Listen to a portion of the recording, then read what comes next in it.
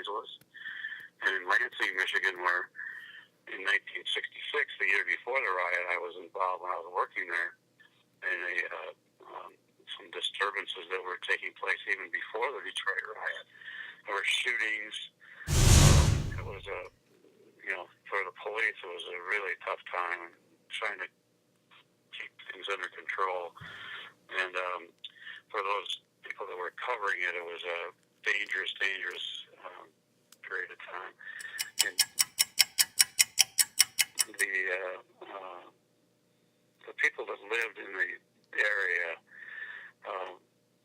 along 12th Street, where I first started, I remember, and then expanded out beyond 12th Street into different areas of the city.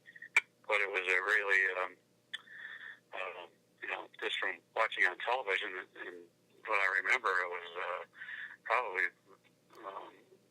that one and Watts, I think, were the two biggest upheavals of that era in terms of street rioting.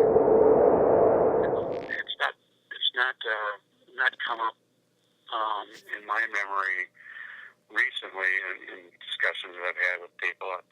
I think it's more the disturbances that happened when Martin Luther King and Robert Kennedy were killed the next year in 1968 is fresher in my memory because of the every year you talk about it when on Martin Luther King Day or I think it's June 6th or thereabouts in 1968 when Robert Kennedy was assassinated. Those kinds of things are, there are individuals that you remember. Those two individuals, when the anniversary of those events take place every year, it kind of comes up. But nobody, because you just kind of celebrate the lives of those two people, but nobody celebrates anything about what happened. And I think it was July 23rd, 1967, when the riots began in Detroit. But about too much. I mean, obviously, race relations, in this country, there's still a lot to be said about whether or not it's improved since then. In terms of the scope of it, those riots back then were humongous. I mean, major parts of the city of Detroit were burning at the same time. It was really, really hard to imagine this day and age. I think in Detroit, and I don't live there anymore, so I don't not any firsthand knowledge of it. But I'm sure people remember what happened and the things that have happened in the city with people trying to bring the city back.